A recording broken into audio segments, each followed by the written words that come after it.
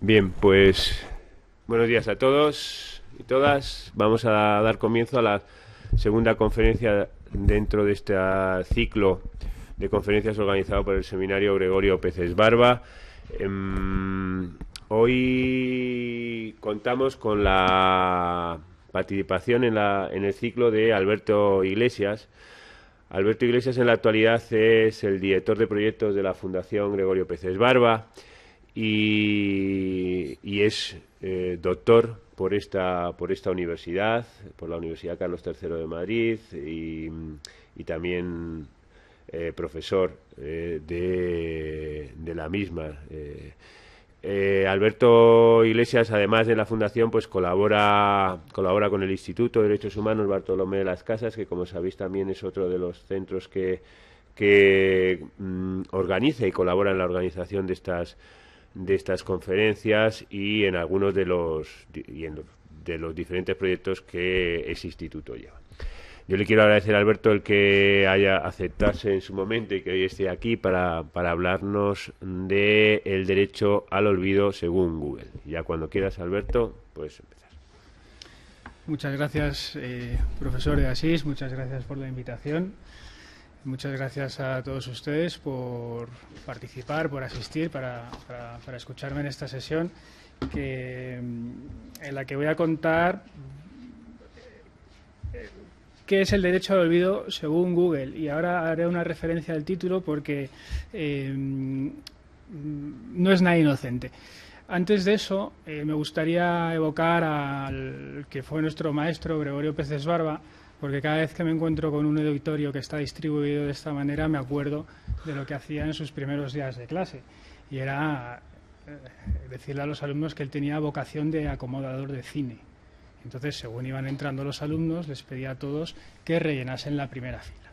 Bien, yo no os voy a pedir que rellenen la primera fila, pero sí les voy a pedir, si puede ser, que se agrupen un poco, porque ahora mismo están situados de tal forma que tengo que hacer un barrido así. Entonces, señorita, si puede usted venirse hacia acá, se lo agradeceré. Y usted, al fondo, si puede venirse un poquito más para acá.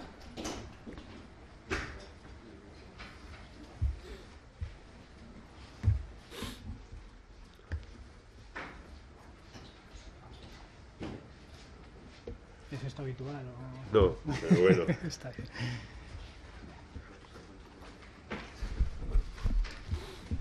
Bien, pues les decía, muchas gracias por asistir.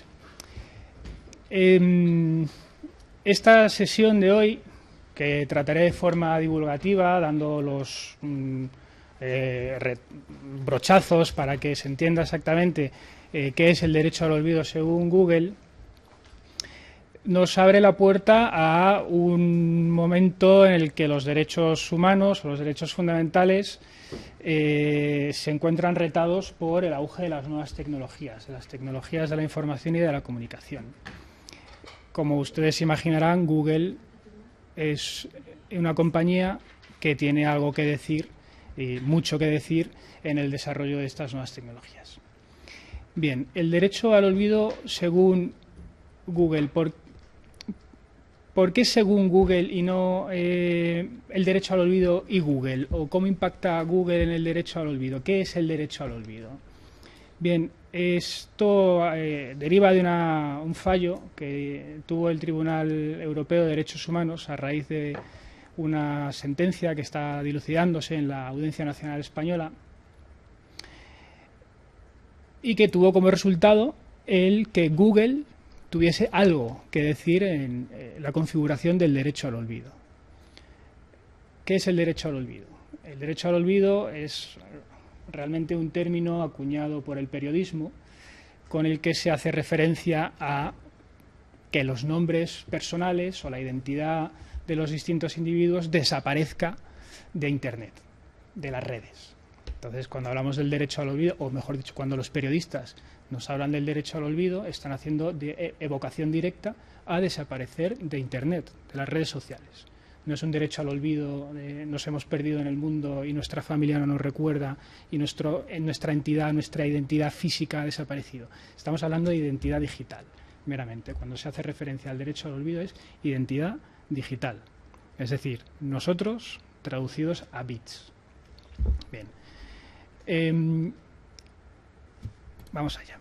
El derecho al olvido tuvo un auge en el año 2014 a raíz de, y quédense con este nombre, Mario Costeja, un empresario español que da inicio a nuestra historia. Como saben, grandes hazañas de la humanidad han empezado siempre con un español huyendo de sus problemas con Hacienda. Bien, pues este es exactamente el mismo caso. Mario Costeja es un empresario que tuvo un embargo por la Hacienda, que el embargo me parece que era un inmueble, no sé si concretamente un garaje o algo así, y de acuerdo con la ley, cada vez que hay un embargo que te produce Hacienda, pues hay que darle la máxima difusión para que la mayor parte de personas acuda a la subasta pública. En este caso se publicó que Mario Costeja había sido embargado y que se procedía a la subasta en un periódico que tiene una versión digital, que es La Vanguardia. Ven ahí el emoticono triste de la mala noticia que supone el que escribas el que aparezca tu nombre vinculado directamente a un embargo. ¿Qué sucede? Que cuando se ponía o se teclea Mario Costeja en Google, teníamos reproducido exactamente el mismo resultado como primer resultado. Mario Costeja, embargado. Entonces, claro, esto para la reputación de un empresario es absolutamente nefasto, porque está diciendo, bueno, pues que está dando pie a una interpretación mala sobre tu gestión o sobre la forma que tienes de administrar tus bienes, ¿no? Pues has terminado siendo embargado.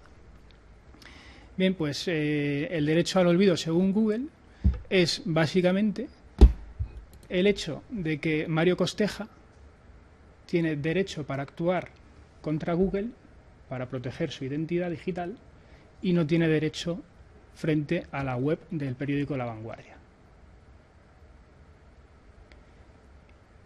Y esto es absolutamente paradójico.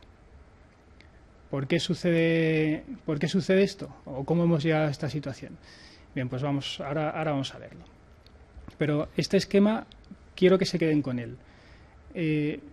Mario Costeja, una persona que precisamente quería quitarse de toda publicidad en Internet, ahora mismo es uno de los demonios de Google, que le ha supuesto pues, un quebradero de cabeza y que, sin embargo, en mi opinión, Google ha sabido aprovechar muy bien. ¿Por qué? Porque ahora tiene algo que decir sobre la configuración del derecho al olvido. Google es capaz, ahora lo veremos, no quiero adelantar conclusiones. Pero este esquema es el importante. Mario Costeja tiene derecho a proteger sus datos personales respecto de un buscador que en principio es completamente neutral y no hace distinción ninguna entre los paquetes de información que le llegan a su base de datos. Y no tiene derecho frente a una publicación en papel primero y digital después, donde aparece su nombre. ¿Por qué la información en un sitio es legítima y en el otro, aun siendo legítima, hay una capacidad o le reconoce el tribunal una capacidad para negarse a que esos datos aparezcan ahí? Quiero que esto se entienda bien porque es la principal contradicción y es de donde surge todo. Este, insisto, es el inicio de la historia. Estamos en 2014. Bien, ¿cómo se llega a esta situación? Esta es nuestra web del periódico La Vanguardia. Las páginas web de los periódicos particulares tienen ciertos derechos a la hora de repartir información o de distribuir, de acumular primero esa información, de recogerla y luego distribuirla.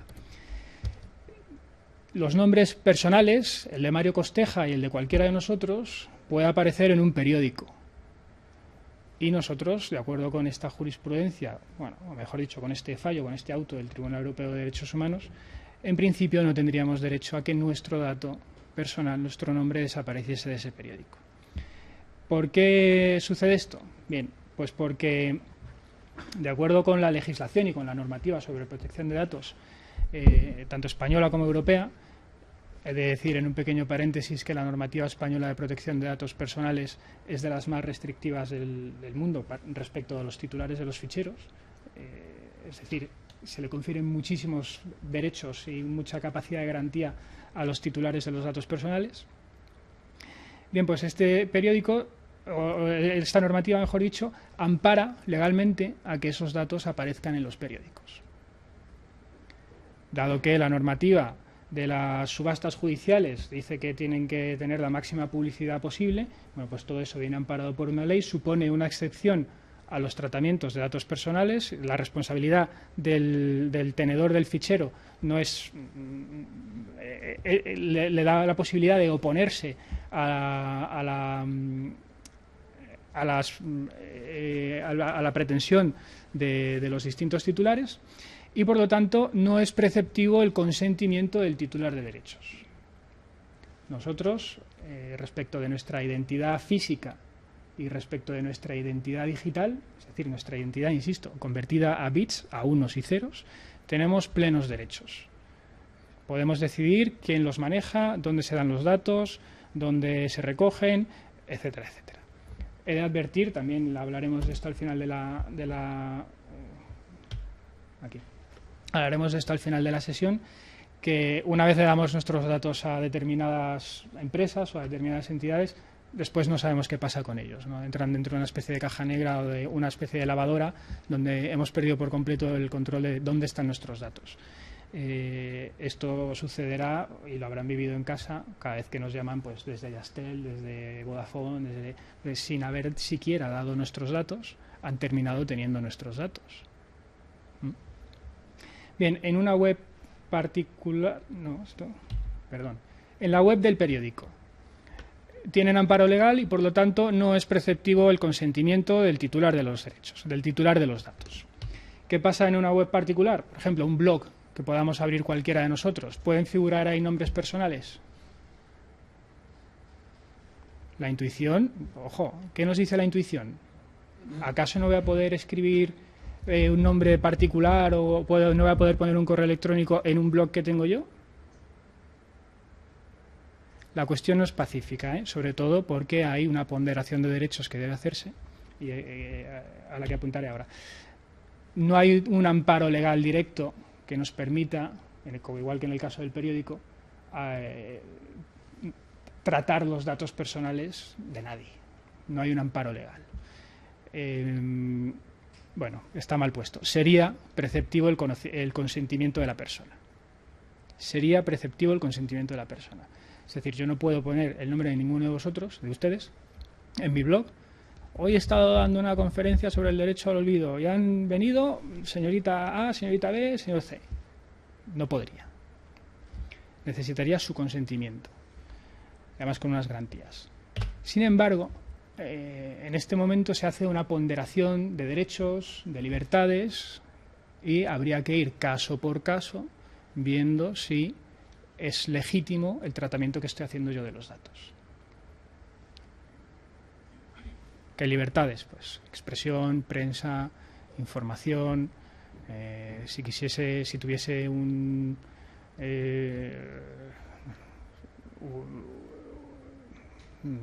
no sé, bueno, no se me ocurre ahora mismo una causa legítima y justificada, pero sí que tendría una ponderación de derechos en aras de mi libertad de expresión, de mi libertad de información.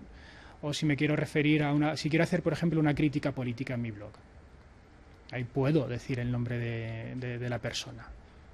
Puedo decir el nombre de cualesquiera, aunque no sean referencias públicas necesariamente, pero siempre y cuando tengan una coherencia con el discurso, con la crítica política que estoy haciendo, sería legítima la inclusión de esos datos personales. Bien, ¿qué pasa en Google? Google, insisto, en todo esto es el buscador, saben perfectamente cómo funciona, que es absolutamente neutral respecto de los datos que le llegan. Google tiene unos pequeños programitas informáticos llamados arañas. Entonces insertan una araña en cada paginita web y esa araña va siguiendo todos los links y va captando todos los datos. Se va quedando con todos los textos, con toda la metainformación. De manera que cuando ustedes ponen Alberto Iglesias Garzón en Google, pues aparece todas las páginas donde Alberto Iglesias y Garzón aparecen como hits, como hitos. En mi caso además es muy particular porque las imágenes aparecen todas las de Pablo Iglesias y las de Alberto Garzón, o sea que bueno, estoy ahí atrapado, ¿no? Google, insisto, absolutamente neutral. ¿Qué pasa con Google? Que no tiene un amparo legal explícito para que figuren ahí los datos personales que está recogiendo. Vale, lo he vuelto a poner mal. El consentimiento para aparecer en Google debería ser preceptivo. Debería tener consentimiento de la persona para que mis datos aparezcan en Google. Son mis datos, yo dirijo, yo manejo dónde se van los datos, qué se hace con ellos, quién los trata. Y en Google, pues no, como es una entidad y una plataforma absolutamente neutral, no termino de insistir en ello porque es que es muy importante, pues en principio, como no hace una crítica política, una crítica ideológica, como no está expresando nada, sino que está recogiendo simples datos, unos y ceros, bits, transformados en información para nosotros, pues carece de libertades. Aunque fíjense que les pongo aquí un interrogante para dejarles con la duda hasta el final de la sesión. Bien. Cuando Mario Costeja pues actúa contra La Vanguardia y actúa contra Google, la Audiencia Nacional, que es quien finalmente resuelve esto, dice que La Vanguardia tiene una causa legal legítima que le permite que ese dato personal esté recogido en la web del periódico. Mientras que con Google dice no hay una causa legítima para que esto aparezca en Google, puesto que no tiene una cobertura legal y por lo tanto el titular del derecho tiene un derecho de oposición o tiene un derecho de cancelación de esos datos. Y ojo, es un derecho que tenemos todos. Esto salió la sentencia, me parece que fue en la primavera de 2014. En ese mismo momento Google lo que hace es abrir un cuestionario donde le permite a los usuarios procesar la petición de cancelación de datos, la petición de borrado de datos, y en pocas semanas alcanza una cifra astronómica, totalmente algo así como 700.000 peticiones, más o menos. Claro, yo cuando me puse a pensar en todo esto, lo primero que se me ocurrió es, bueno, pues Google se va a gastar aquí un dinerito importante en contratar firmas de abogados que le tramiten todo esto. Porque claro, Google aquí tiene unos intereses muy precisos que se ven muy afectados por esta sentencia. Porque dígale usted a Google, aquí hay una cantidad X de datos que usted va a dejar de indexar y va a dejar de reproducir. No le va a gustar. Bueno. El tribunal, esta cuestión prejudicial que le plantean al Tribunal Europeo de Derechos Humanos, sienta precedente para que Google atienda. O sea, la cuestión es individualizada respecto del caso de Mario Costeja. Completamente individualizada. Pero claro, los que sean ustedes de derecho sabrán que esto puede sentar un precedente que generalice el mismo tipo de solución. El precedente es que se debe atender a las peticiones individuales de borrado de datos. Y ojo, muy importante, independientemente de la acción frente a la fuente original. Es decir, ustedes podrían hacer una petición de acceso a todos los datos que tiene Google respecto de su persona, siempre y cuando acrediten la identidad de forma suficiente, etcétera, etcétera, y pedirle que borre todos esos datos. Todos. Quiero ser olvidado de la red. Quiero perderme del mundo digital. Estoy harto de Facebook. Quiero desaparecer. Petición frente a Google. Cancelación de datos. Google sabe que tiene la amenaza del poder público que le está diciendo, ojo, estás en una posición de responsabilidad, debes eliminar los datos cuando te lo pidan. A Google, insisto, no le gusta. Aparece un conflicto para Google entre la privacidad de los usuarios y la libertad de empresa. Y aparece un conflicto para Google entre la privacidad y la libertad de información, o el fomento de la libertad de información que hace Google. Sobre esto, bueno, pues son dos ítems donde me gustaría profundizar un poco, puesto que son los dos grandes problemas o los dos grandes conflictos que se generan con este fallo y que posteriormente después nos dará pie a tratar un tercer conflicto que es privacidad versus seguridad, donde ya trataremos de meter a Edward Snowden por medio y donde veremos qué puertas son esas que nos abre el derecho al olvido según Google. Bueno, respecto de la libertad de empresa, claro, hay que preguntarse qué es Google. Bueno, ahora Alphabet, pero Alphabet es la matriz, Google es el buscador, hablamos solo del buscador, ¿de acuerdo? ¿Qué es Google? ¿Tiene una misión social? ¿Es una empresa más? ¿Qué es lo que hace Google? Porque a todos nos hace un favor.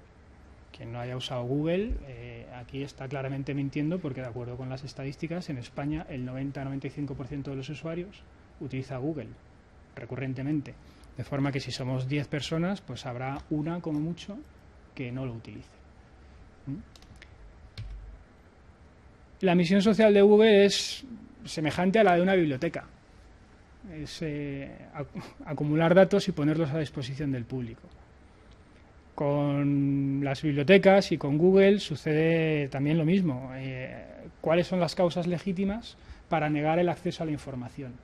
Pues una biblioteca a lo mejor podría decir: el libro que usted quiere consultar está muy dañado, es una obra única, es un incunable, y si se lo presto, cabe la posibilidad de que se dañe aún más y de que sea ilegible para el futuro. De forma que estaría legítima la negativa a acceder a esa obra. ¿Cuáles son esas negativas? Bueno, para Google es más particular, porque su misión, esos datos no se pierden, son, insisto, datos completamente neutrales, unos y ceros. ¿Cuál es la misión social de Google?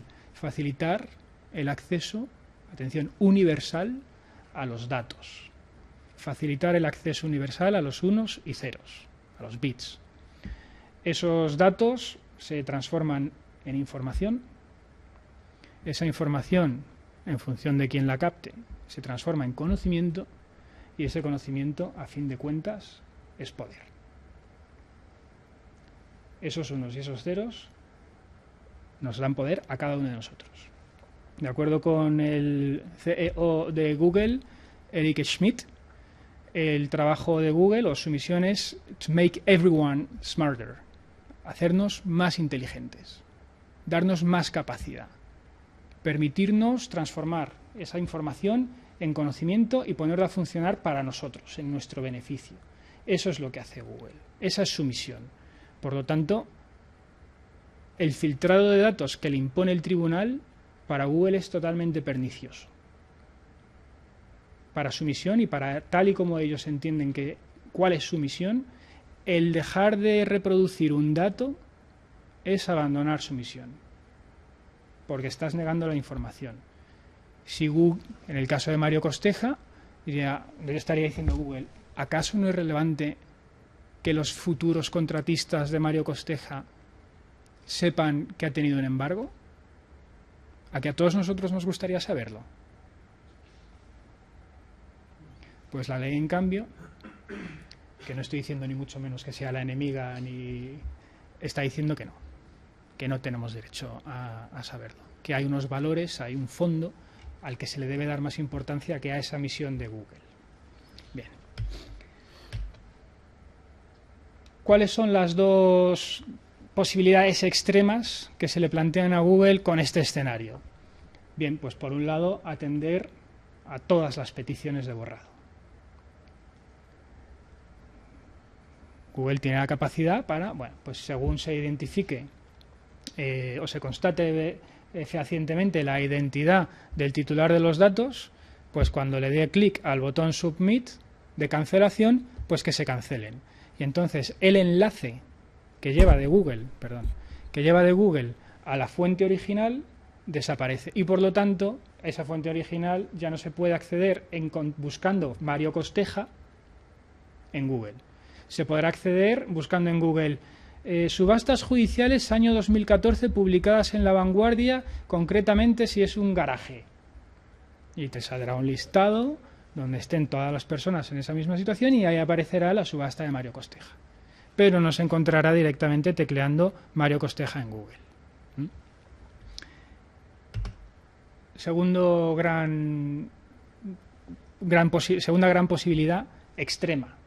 Ya adelanto que Google ha optado por una posición intermedia bastante más razonable: no atender a ninguna de las peticiones. Imagínense ustedes que son Eric Schmidt, el CEO de Google, y se les plantea este problema. ¿Cuál de las dos soluciones le parece más cabal? ¿Atender todas las solicitudes de cancelación? O mira, no vamos a atender ninguna. Bien, pues antes de eso voy a consultar con mi equipo legal cuáles son las implicaciones de cada una de estas dos soluciones. Si atiendo a todas las peticiones de borrado de información, renuncio a mi misión social. Mi misión social, que además tiene múltiples lecturas, no es solo coger un dato y dárselo a los usuarios para que ellos tengan una mejor capacidad y mayores probabilidades o posibilidades de dirigirse en la vida, sino que además estoy coadyuvando a todos los periodistas, a todos aquellos que tienen una libertad de prensa, que tienen necesidad de acceder a información rápida, veraz y fácilmente. Y por lo tanto, en este caso, cuando estoy en parte renunciando a esa motivación que tengo para ayudar a los periódicos, para ayudar a los periodistas. Y esto, claro, en España a lo mejor no es problemático, pero un Google en un país que no sea democrático, pues tiene unas implicaciones muy potentes. Porque tal vez Google sea uno de los pocos medios, o Internet en general, sea uno de los pocos medios gracias a los cuales los periodistas pueden obtener información, por lo menos cómodamente. Si Google decide, en el otro caso extremo, no atender ninguna de las peticiones, a lo que renuncia es a la responsabilidad que le imputa el tribunal. Google es un agente muy relevante a la hora de determinar responsabilidades respecto a la protección de datos en Internet, y se le hace responsable, esto es muy importante, de velar por la garantía de la privacidad de los individuos. Garantía de la privacidad de los individuos. ¿Qué decide hacer Google? Ya les dije antes que una cosa intermedia. Vamos a llevarnos esto aquí para seguir explorando un poquito más. Si renunciamos a esa misión social, bueno, pues hay las libertades base política de los sistemas europeos, occidentales y atlánticos, pues se ven claramente erosionadas. Y estamos hablando de términos como autocensura, restricción de las libertades, entrando en una senda de un camino pues un poco distópico, ¿no? Apocalíptico, en el sentido de que bueno, pues esa Internet que conocemos nosotros ahora, que nos permite hacer tantísimas cosas, podría tomar unos derroteros mucho más restringidos, donde ya pues no se encuentra la información con tanta facilidad. No le gusta a Google. A lo mejor es una de las soluciones, o es hacia donde va en los próximos años la configuración tecnológica de Internet, pero por ahora no. Si en el segundo de las posibilidades decide renunciar a esa responsabilidad, lo que pasaría es que al encontrarse sujeto a las obligaciones, de acuerdo con la determinación del Tribunal de Estrasburgo, sujeto a las obligaciones que tienen los responsables titulares de los ficheros de datos personales, están sujetos a una posible sanción por los organismos nacionales o las agencias nacionales de protección de datos. No me cabe duda de dos cosas. Primero, si Google renuncia a tramitar ningún dato, los titulares de los derechos tienen acción ante el superior, que en este caso sería por encima de Google, que al final no deja de ser un particular, la Agencia Pública de Protección de Datos. Y las sanciones son muy importantes. Pero bueno, Google es la primera entidad del mundo, o la primera empresa del mundo, digo yo, que tendrán dinerito para poder cubrir los gastos. Aún así no es un escenario deseable, puesto que, bueno, en fin, estaría abandonando esa responsabilidad de velar por los derechos. Y Google se ha portado de forma mucho más inteligente que eso. En el segundo en este mismo planteamiento, la segunda de las consecuencias sería que inundaría a las agencias nacionales de casos, puesto que esos 700.000 se reparten entre los países europeos.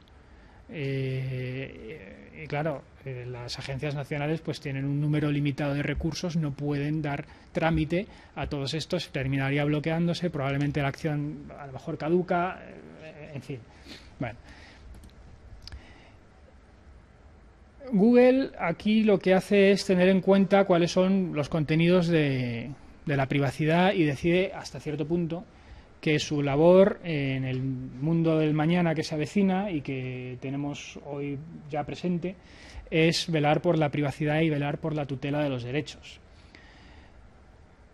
Cuando hablamos del derecho al olvido y esa capacidad que en principio es sencilla pero a la vez muy compleja de llevar a cabo, que es salir de las redes de Internet, de eliminar esa identidad digital o por lo menos controlar dónde está radicada, cómo se configura, etcétera, es un derecho que es parte del derecho esencial a la intimidad y que hoy en día pues preferimos llamar derecho a la privacidad.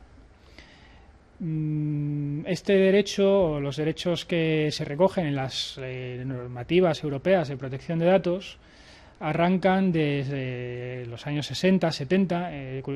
Concretamente en España el artículo 18.4 habla de que los poderes públicos velarán para que la informática no suponga una vulneración del honor, de la intimidad. Pero es mucho anterior. En Alemania ya hay una sentencia muy relevante en el año 81 al respecto de esto. Y todos los problemas surgieron pues porque en los años 60 encontraron en un contenedor de un hospital una pila enorme de folios, varias cajas de folios con los nombres de los pacientes y escrito al lado qué tipos de enfermedad tenían, todos sus datos médicos. De manera que cuando eso se encontró, pues causó un cierto escándalo público en el sentido de, bueno, es que aquí tenemos un registro de personas y nos están diciendo unos datos que son francamente muy sensibles y que además no le deberían importar a nadie. De manera que empieza a regularse en los distintos países y se acuña el término habeas data, parafraseando el habeas corpus, que es el derecho que tenemos todos a ser puestos a disposición judicial tras la detención o traspasadas X horas desde la detención. Pues ese habeas data supone el derecho que tenemos a controlar nuestros datos. Los datos que emanan de nosotros, de nuestra identidad, los que vamos desperdigando cuando navegamos por Internet, siempre y cuando sean personales. Ahora haremos la distinción entre datos personales y no personales. Es como se conoce el habeas data. Y si quieren profundizar en esto, pues esa es la palabrita clave que tienen que buscar para documentarse más. Hay una curiosidad y es que lo tengo aquí escrito, una cámara en la calle tal vez no vulnere el derecho a la intimidad de las personas, pero sí vulnera la protección de datos, los derechos a la protección de datos. Claro, si ustedes se presentan en la Plaza Mayor, que como saben está rodeada de cámaras, cada uno de los arcos, ustedes están entrando ahí, pero ustedes ahí no gozan de intimidad ninguna, puesto que es un sitio público. Entonces, por mucha intimidad que cualquier acto que ustedes consideren íntimo, si quieren besar ahí su pareja, es un acto que va a ser público, porque lo está viendo todo el mundo. Entonces no hay una intimidad propiamente dicha. Pero sí que tienen ustedes derecho a la protección de sus datos personales. ¿Qué sería un dato personal en este caso? La grabación de la cámara que hace sobre su cara, sobre su rostro. La ley de protección de datos lo que nos garantiza es que nuestros datos personales, es decir, toda aquella información que sea susceptible de dirigir y de identificar a una persona en concreto, no va a poder ser tramitada automáticamente, es decir, metida en el mundo de la informática, transformada en unos y ceros, sin nuestro consentimiento o sin amparo legal. Sin nuestro consentimiento o sin amparo legal. En el caso de la Plaza Mayor hay amparo legal para que esa grabación se produzca ahí, por lo tanto, bueno, pues a lo mejor en ese caso no tendríamos derecho a que se retiren, entraríamos dentro de la ley de protección de datos y tendríamos derecho a estos 4 derechos arco que se suelen mencionar en la normativa de protección de datos a nivel europeo. Pues el derecho de acceso, que es el derecho a que le podamos pedir a las distintas entidades, empresas u organizaciones, las que sean, que nos den todos los datos que tengan sobre nosotros. Hay un caso muy curioso. Les recomiendo que se busquen en Internet, si puede ser, usando Google, por ejemplo, un vídeo de las charlas de TEDx que se llama ¿Por qué me vigilan si yo no soy nadie? O si soy insignificante. TEDx. ¿Por qué me vigilan si soy insignificante? ¿Por qué me vigilan si no soy nadie? Entonces es una periodista que da la charla, son charlas de divulgación, y pone el ejemplo de un parlamentario alemán del Partido Verde que le pide a su compañía telefónica que le pase los datos de acceso, perdón, que le dé acceso a los datos que esa compañía guarda sobre él. Me parece que era algo así como en 2 años de vigencia del contrato de telefonía, la compañía, después de varios recursos y sentencias judiciales mediante, le pasa 38.000 líneas. 38.000 líneas. Y entonces, de datos que están relacionados con el nombre específico de esa persona. ¿Por qué 38.000 líneas? Porque cada uno de nosotros, que tenemos aquí nuestro teléfono inteligente, que a su vez nos hace muy inteligentes a nosotros, pero también hace muy inteligente a las compañías de teléfono que son las propietarias finales de los datos. Cada 5 minutos el telefonito hace ping, ping, y le envía una petición a la compañía de teléfono a través de las distintas antenas. Tengo un WhatsApp nuevo, tengo un correo nuevo, sigo en línea, estoy perdiendo la cobertura. Cada 5 minutos. Ping, ping, ping. Y en ese vídeo aparece todos esos datos, esas 38.000 líneas, las han transformado en una interfaz gráfica en el que se ve una pelotita dentro de un mapa que se va desplazando de casa al trabajo, de casa al trabajo. Oh, me he ido al aeropuerto. Oh, he dejado de 2 horas después, ya no tengo cobertura. He tomado un vuelo hasta otra ciudad donde tengo la cobertura y aparezco ahí. Me he alquilado un coche, me he ido hasta no sé qué sitio, he estado ahí tanto tiempo. Luego me he vuelto, me he cogido el avión. No, voy a coger el tren. Tin, tin, tin, tin, tin, tin. Todo eso va saliendo. Es un vídeo que a mí la verdad es que me impactó porque yo pensaba que era, o sea, sabía que conocía estos datos, pero no sabía que era tan sumamente preciso. Cada 5 minutos estamos regalando nuestra información y nuestra vida privada a las compañías. Regalando, bueno, es una forma de decirlo. Tenemos ese derecho a acceder a qué datos tienen de nosotros. Tenemos derecho a cancelar esos datos. Ojo, que mire, que es que me parece que es que no hay que justificarlo. No quiero que mis datos estén en posesión estén en este fichero. Los borro. Brum. Tenemos un derecho de rectificación. Ese derecho de rectificación lo que supone es, bueno, pues Alberto Iglesias Garzón tiene un acento en la O final. Por favor, pónganlo. He rectificado mis datos o he actualizado mi dirección, o etcétera, etcétera. Y luego un derecho de oposición, que es el que se le procura al titular de los derechos cuando la ley le da amparo legal a una entidad, organización o a un responsable de ficheros para que ese nombre aparezca ahí. Me quiero oponer a lo que dice la ley. ¿Y por qué? Tengo una causa justificada. Aquí sí que hay que justificarlo. Estos derechos, insisto, derechos ARCO, comunes en toda Europa, comunes también en gran parte del mundo. En la Constitución mexicana aparece un artículo que está directamente dirigido a la protección de la habeas data. Son ejercitables frente a cualquier responsable de datos personales. Y Google, de acuerdo con la sentencia, es responsable de un fichero de datos personales. Sí. Con respecto a lo que ha mencionado el derecho de cancelación frente a los ficheros Vamos a hacer una cosa, como los está grabando.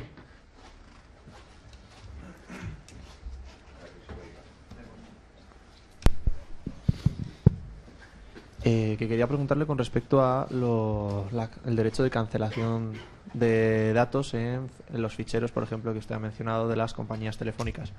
¿Usted podría coger y llamar a una compañía telefónica, por ejemplo, que no sea la que es responsable de su línea móvil en ese momento, y exigir que se le elimine de ese fichero? Sí, sí, claro. En ese momento, y si ellos no acceden, ahí ya tendría las posibles derivaciones legales que podría usted tener, ¿no? Aquí ¿cómo adquieren esas líneas telefónicas los datos? Bueno, pues porque se los comunican unas a otras. Porque hay una identidad de objetivos y porque tienen, digamos, cierto amparo. ¿Y podría exigir que no volviera a aparecer en ese fichero? Porque claro, usted puede decir, quiero que me eliminen, pero puede volver a aparecer. Podrías volver a caer. Volver a caer. Las empresas supuestamente tienen un compromiso ético,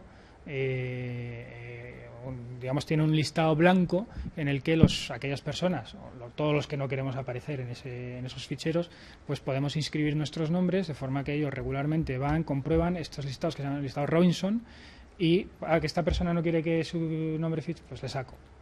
Pero claro, esto no suele suceder y ahí está el movimiento del flujo de datos que cuando salen de un sitio están entrando por otro.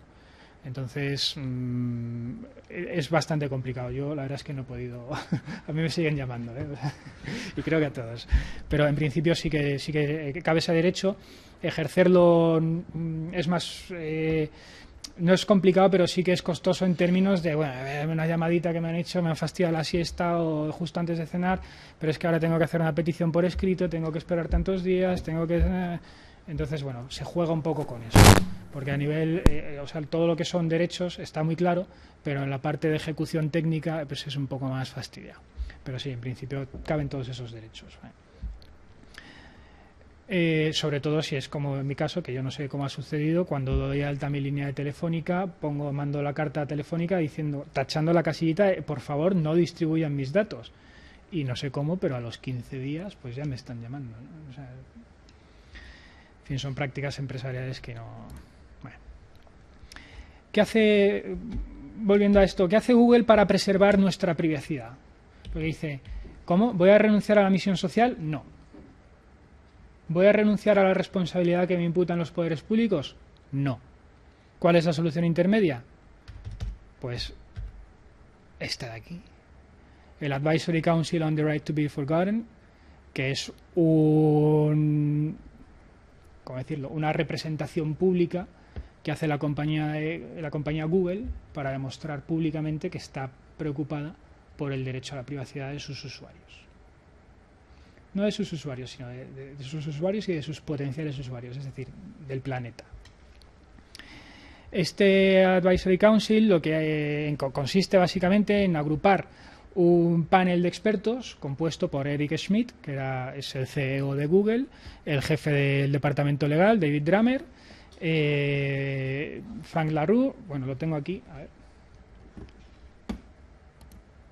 Esto luego sale en la grabación. Bueno, si ponen The Right to be Forgotten, Google, aquí sale claramente, ¿no? O sea, es el primer link y es un documento bastante digerible de pues qué es lo que ha decidido hacer Google. Entonces Google pues hace este consejo, aparecen pues figuras relevantes del mundo tanto editorial como de las asociaciones de pro derechos humanos, relatores de Naciones Unidas como Frank LaRue, José Luis Piñar, que fue antiguo director de la Agencia Española de Protección de Datos, Jimmy Wales, el fundador de la Wikipedia, y bueno, pues David Drummond y Eric Schmidt, que eran los representantes de Google, y deciden citar a una serie de expertos nacionales en distintos países europeos, primero en España, porque aquí fue donde se originó todo, entonces de manera simbólica lo decide hacer en Madrid en septiembre de 2014.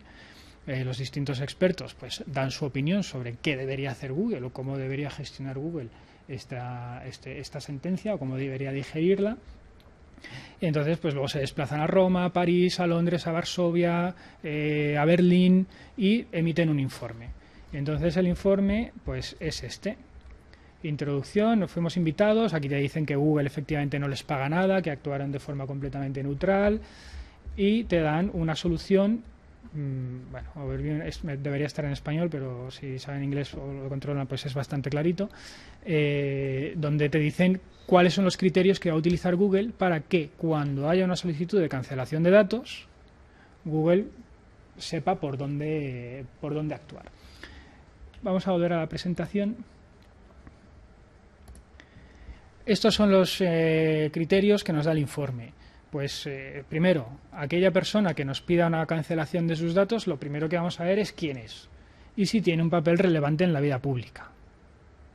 Si tiene un papel relevante en la vida pública, Google, o sea, el informe lo que dice es Google en raras ocasiones debería proceder al borrado. Si es una persona no relevante para la vida pública, Google en raras ocasiones no debería proceder al... Google en raras ocasiones debería... ¿Me estoy liando? Sí, bueno. No debería proceder al borrado. No, al revés, debería proceder al borrado. Naturaleza de la información. Pues si es información sobre tendencia sexual, sobre salud, sobre estados financieros, pues es información que no es relevante a la vida pública. Y por lo tanto, a ver si lo veo bien, cuando no se trata de este tipo de información, raramente Google debería borrarlo. No. Bueno, me entendéis. Espero. Otro criterio que se utiliza es el de la fuente original. Bueno, pues si es un periódico que está consolidado y que ya tiene unas, digamos, ya ha trabajado, tiene una buena política de protección de datos personales y tiene un histórico y tiene una, digamos, una determinada solvencia, pues en ese caso raramente se procederá al borrado. Si hace mucho tiempo, que también lo utilizan como otro de los criterios, y ha perdido interés la noticia, pues raramente no se procederá al borrado, ¿no? Pues todas estas cosas te dicen. Bueno, y ya voy terminando, no sé cómo voy de tiempo.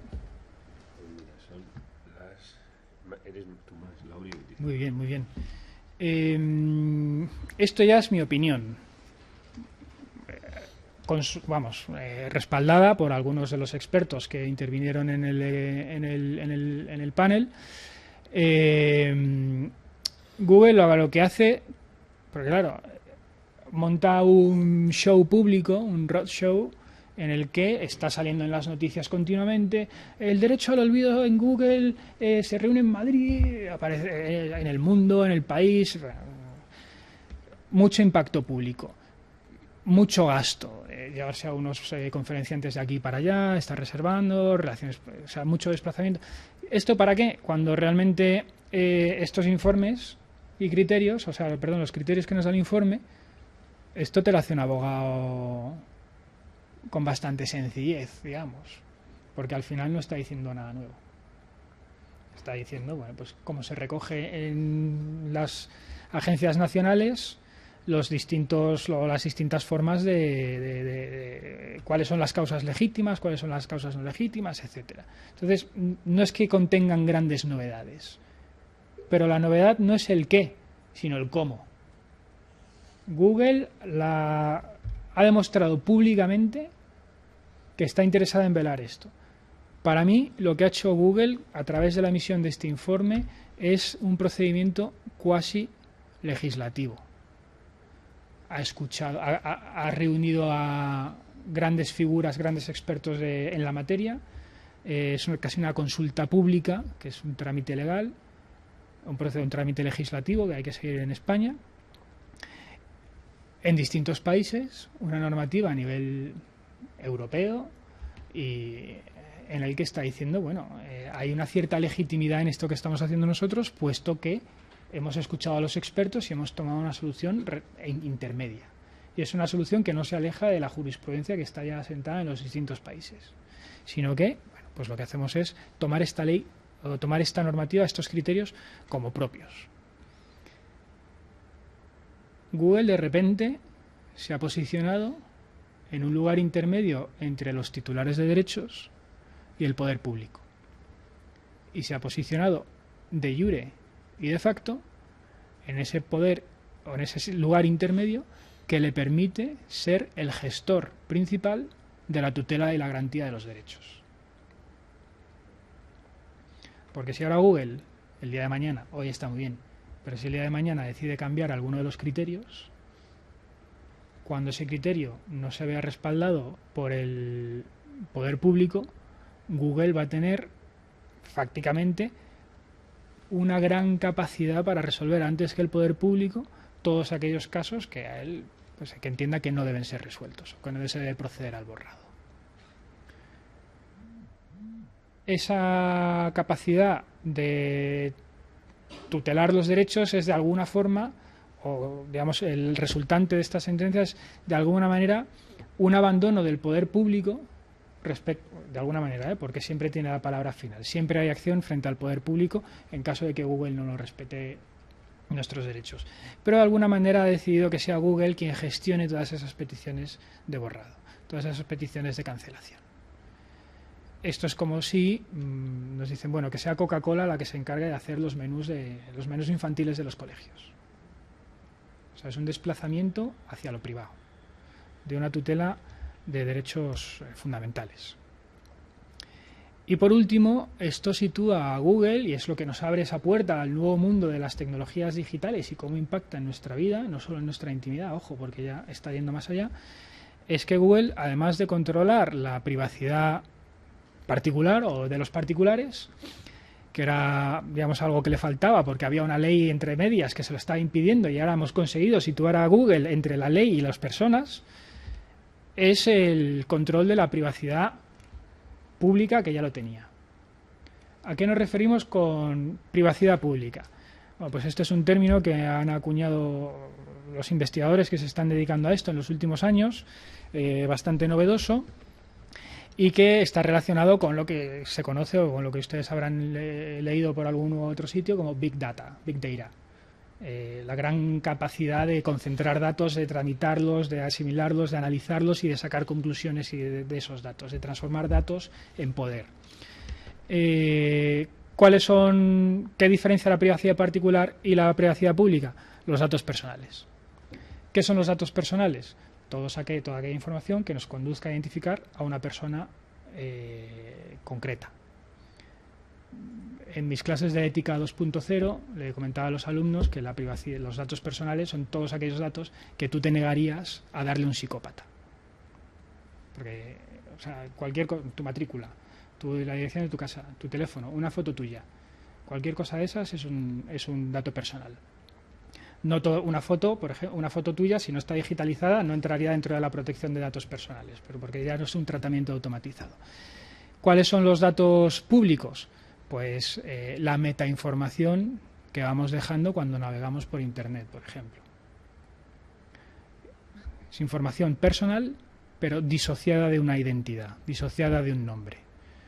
Cuando yo navego por Internet, mi ordenador, con respecto de los servidores, hace algo así como cuando saco al perro a pasear y se encuentra con otro perro y enseguida empiezan a olisquearse. Bueno, los ordenadores hacen algo parecido, se intercambian datos. ¿Quién eres? ¿De dónde me llamas? ¿Cuánto tiempo llevas conectado a Internet? ¿A qué hora te conectaste? ¿Qué has buscado antes de venir aquí? ¿Dónde te vas a ir cuando te vayas? Todo eso se va acumulando. Y todo eso es un registro que tienen las compañías telefónicas. Y si utilizamos Google, pues es una cosa que tiene Google. Esta privacidad pública, disociada en principio, disociada de los datos personales, pues ha habido existen en la actualidad personas que están denunciando que no está tan disociada como nosotros pensamos, y que Google realmente está colaborando con la Agencia Nacional de Seguridad estadounidense y le está pasando los datos de los usuarios. De acuerdo con la ley de la Patriot Act de Estados Unidos, que tiene una capacidad infinita para captar datos transformados en digital. ¿Qué va a pasar con esto? Bueno, pues todavía no lo sabemos. Es lo mismo que nuestra privacidad. La tenemos ahí, es nuestra y debemos tener una capacidad de controlarla porque no sabemos qué va a pasar en el futuro. Y esa privacidad, el hecho de que no sepan o que no se sepan datos sobre nosotros, nos permite actuar con mayor flexibilidad en un futuro. Es evidente que si a ustedes les graban en el metro, pues a lo mejor no siguen el mismo tipo de conducta que si no les graban. Y ojo, mucho ojo, porque ustedes dirán, claro, pero es que yo en el metro voy tranquilamente sentado, entonces no me importa que me graben, porque yo no tengo nada que esconder. Pero eso es equivalente a decir, no me importa la libertad de expresión porque yo no tengo nada que decir. Así que mucho cuidado. En la charla de TEDx, la periodista que hace, no recuerdo el nombre, pero me gustaría hacerle referencia porque es una charla que es relevante. ¿La tiene ahí? ¿La ha encontrado? Sí, pero ¿y el apellido? Marta Peirano, eso es.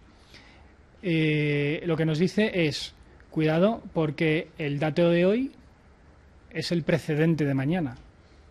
Y si la suerte de cualquiera de ustedes cambia y de repente se encuentran con que están en una posición de presentarse a la investidura como presidentes de gobierno, pues a lo mejor tienen una foto en algún sitio o tienen unos datos en algún sitio que han sido ilegítimamente captados o legítimamente captados y que le están haciendo o les van a pasar una mala o les van a hacer pasar una mala situación.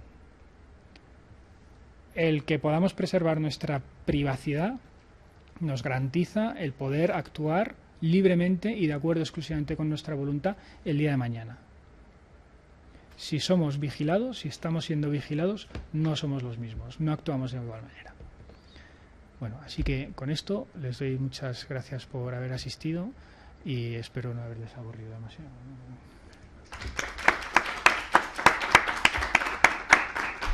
Pues muchas gracias, Alberto, muy interesante tu charla. Tenemos, Alberto se tiene que ir, pero tenemos 5 minutos por si alguien quiere hacerle alguna pregunta o alguna consulta, aprovechando que está él aquí. Ya se ha hecho alguna, pero no sé si ahora alguien quiere que sea fácil, preguntarle algo, ¿no? Yo es que yo sí te quería preguntar algo, pero pero tiene que ver con lo último que has dicho, del por qué importa, ¿no? Porque hay una cierta creencia en muchos casos cuando se habla de privacidad y de los datos, ¿no? Decir, bueno, si yo soy una persona buenísima, ¿no? Yo no hago nada malo, ¿no? Estas normas, pues está bien que existan para los delincuentes o los que actúan mal, ¿no? Pero era un poco el que justificase el por qué eso, ya lo has hecho al final. Total que no sé si hay alguna pregunta, si no con el micrófono. Nada más aclarativa, que es con respecto a el funcionamiento del derecho al olvido, que sería básicamente que a la hora de hacer una búsqueda en Google simplemente no aparezca ningún dato tuyo, ¿no? Nada más. Sí. Vale. Se reduce a eso. Entonces ese nombre evocador de derecho al olvido, de he abandonado mi vida y el mundo ya no se acuerda de mí y no hay rastro, no, o sea, simplemente que el derecho al olvido, claro, en Google, pero luego Yahoo sigue apareciendo y en Bing sigue apareciendo y en cualquier buscador va a seguir apareciendo. Y si nos vamos a la web de La Vanguardia y ponemos en la hemeroteca el buscador Mario Costeja, va a seguir apareciendo. Entonces, claro, gran parte del problema es que si yo quiero ejercitar mi derecho al olvido, por así decirlo, me voy a tener que ir a cada uno de los buscadores o a la fuente original, que sería lo suyo. Pero claro, la sentencia o el fallo también nos dice, ojo, porque es que Google tiene una memoria caché que nos va almacenando las cosas y como almacena cosas, aunque sea durante un periodo de tiempo muy pequeño, van a seguir estando ahí aunque se borren, ¿no? Tardarán se eliminarán, terminarán eliminándose, pero hasta que pase, pues... ¿Y es de carácter permanente el derecho al olvido o es hasta ese momento en el que tú lo pides? No, el derecho no es en absoluto permanente. Si a mí me vuelven a ejecutar un garaje el día de mañana, yo volveré a aparecer en Google. Sí, es como que coges, llegas, es todo lo que ha pasado hasta ahora, tú coges, pegas el corte ahí, todo lo que ha habido atrás se borra, pero ya a partir de ese momento en adelante sigue se empiezan otra vez a almacenar datos tuyos que aparecen de nuevo en Google. Claro, o sea, nosotros no paramos de generar datos. Cuando estamos en nuestro cuarto, esto es muy importante, y encendemos el ordenador y esa luz azulona nos ilumina la cara y de repente vemos un ítem para rellenar y una pulsación así en una barrita y empezamos a escribir, en ese momento estamos emitiendo datos, aunque no sean personales directamente, pero son datos. Entonces, cuando yo ejerzo mi vida diaria, ustedes se matriculan en la universidad están fichados, la universidad tiene distintos ficheros y ahí aparece su nombre. Entonces, si yo pongo su nombre, Universidad Carlos III, es probable que aparezca por uno u otro sitio. Entonces, siempre que generemos datos y siempre que se recojan en Internet, en una página la que sea, va a terminar en un buscador. Y esto hay que hacerlo particularmente para cada una de las fuentes. O sea, no es que le pidas a Google, quiero que desaparezcan todos los datos que tengan de mí. Sí. O sea, porque no, Google va a ir enlace por enlace, ¿vale? Muy bien, pues si no hay más preguntas, agradecer de nuevo a Alberto por su charla y convocaros. Sabéis que la siguiente sesión es el próximo viernes, Retos y desafíos de la sociedad española en materia de infancia, en la que vendrá Ana Sastre, que es en la actualidad la directora de sensibilización y políticas de infancia de Save the Children. Muchas gracias a todos. Gracias.